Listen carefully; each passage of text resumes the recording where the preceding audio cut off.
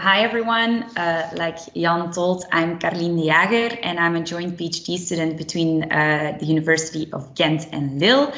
And I'm indeed connected to capture through the water pipeline because my project is about disinfection byproducts in drinking water. I just finished my first year, so I will give an overview of my global project and some first results. So to start, what are disinfection byproducts? So our drinking water is actually produced from different surface and groundwater sources, which of course contain bacteria, viruses, and also organic matter. So it needs to be treated before we can drink from it.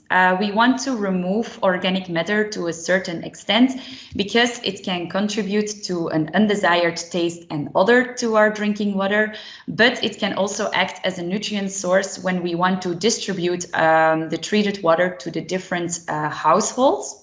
So to prevent bacterial regrowth, we disinfect our water, for example, with chlorine.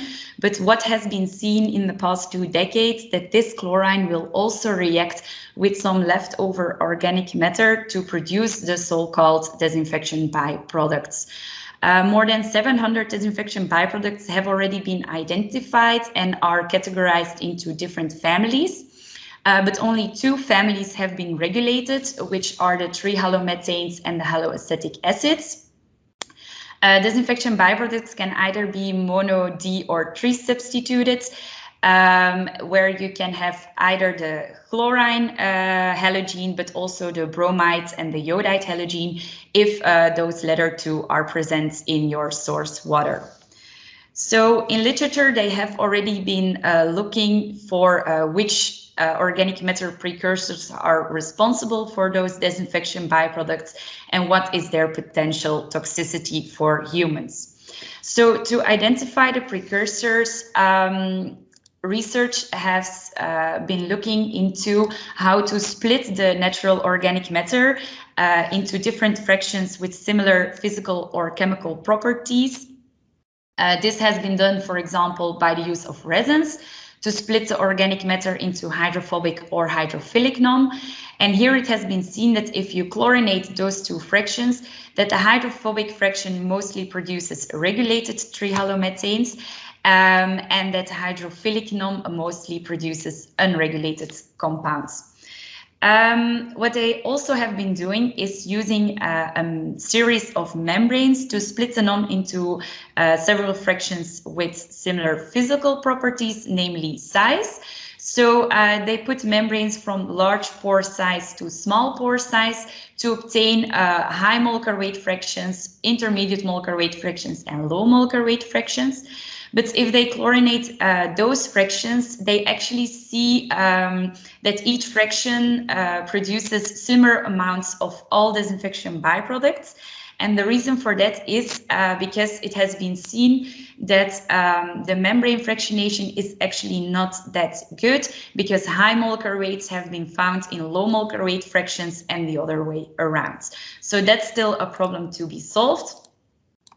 On the other hand, epidemiological studies have shown that regions that have high concentrations of DPPs in their water, that there's also a higher occurrence of either colon, rectum, or bladder cancer. And research with Chinese hamster ovary cells have identified that if iodide is incorporated in the DPP, the toxicity is higher than when bromide is incorporated, and this is still higher than when chloride is incorporated. Furthermore, they also have seen that actually the unregulated families, which are found in lower concentrations than the regulated families, do induce higher toxicity and are thus also very important to take into account. So my research will focus on a novel membrane fractionation technique to have a better separation for NOM, and also to see if the results from the Chinese hamster ovary cells can be extended to human intestinal cells. So the membrane fractionation is still under development, but I will shortly introduce how I want to separate the organic matter. So I will use different ground and surface water sources that I will pre-treat to remove the suspended solids. And afterwards, I will actually change the order of membrane. So I will start with a membrane with a very low pore size and then go to a membrane with a larger pore size. So I will perform this on lab scale and in batch wise. So I will start with a nanofiltration membrane where I will put water through it. The water that doesn't go through the membrane will be recirculated back to the feed, like this. And after a certain amount of time, I will also start adding demi-water. So I will perform a diafiltration to keep the volume of the feed constant, but to be able to remove the last low molecular weights that are still in the feed in order to, if we go to the next membrane, barely no low molecular weights are present anymore, so that it can also not interfere into the other fractions. So then I will take the feed to the second membrane and I will also perform the 2 steps of concentration and diafiltration. And I want to have 3 fractions, namely biopolymers, which are the highest molecular weight fractions, the humic substances, and then the low molecular weights. I will check actually the performance of this fractionation through a size exclusion chromatography, but this is still under development. And I'm also investigating a model that I'm making to actually predict the time needed, especially for diafiltration, to make sure we have a clear separation in the 3 compounds. Since I will use different water sources and also at different seasons, we know that the concentrations of all the organic matter changes in time and with source. So I think it's good to know that if you know the concentration in your raw water, that you can predict your fractionation in order to have a clear separation. So what I will do if I obtain the 3 fractions is I will chlorinate those fractions to see which disinfection byproducts are formed in which fractions and to which extent, and to couple this to my toxicity experiments in order to know which fraction is potentially the most harmful for us. So I already did some toxicity experiments on human intestinal epithelial cells, which are cancerous. And I'm actually checking the toxicity by measuring the change in cell metabolic activity. And with this, I can actually determine the IC50 concentration, which is actually the concentration that induced a 50% reduction in cell metabolic activity compared to the control group. So I give you a short example of, for example, chloroacetamides after a 24-hour stimulation. So I dosed different concentrations of that compound and I plotted a dose response curve, which is in percentage proliferation compared to the control group. From this, you can calculate the IC50 value with a certain goodness of fit. Furthermore, I used those graphs to identify a concentration that was not toxic for the cells, to be able to extract the RNA and to also check if there's no change in gene expression that are caused by the DPPs.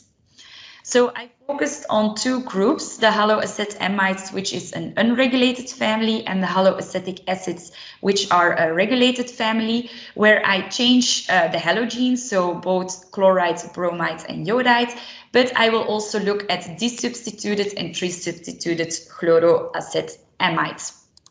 So here you have the results that I plotted the IC50 concentration for the left graph are the haloacetamides and the right graph is the haloacetic acids. And the first thing that you can see is within one family that the iodinated form of the disinfection byproduct has higher toxicity because the IC50 value is lower compared to the bromo form, compared to the chloro form of the DPP.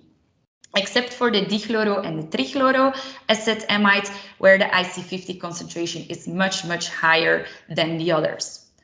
Furthermore, if you compare one family with another, then you can see that also here the unregulated family has higher toxicity than the regulated family, which is in agreement with the Chinese hamster ovary cells. If we then go look to the gene expression results, so the more red the graph, it means that there's an overexpression of the gene compared to the control group, and a green color means that the gene is suppressed by the DPP. So what you also see here is that for the unregulated family, there's a lot of change in gene regulation, especially for the inflammation genes. And this is very interesting because in literature, they assume that the toxicity of the DPPs come from oxidative stress. So therefore, in the next stage, I would like to analyze the complete genome of non-transformed, so non-cancerous epithelial intestinal human cells, to have an idea on how the different DPPs affect different cell cycles, and then to be able to couple it back to my different fractions to have a conclusion about which organic matter might be the most harmful for us. So I would like to thank you for your attention, and you can always email me for more questions or suggestions.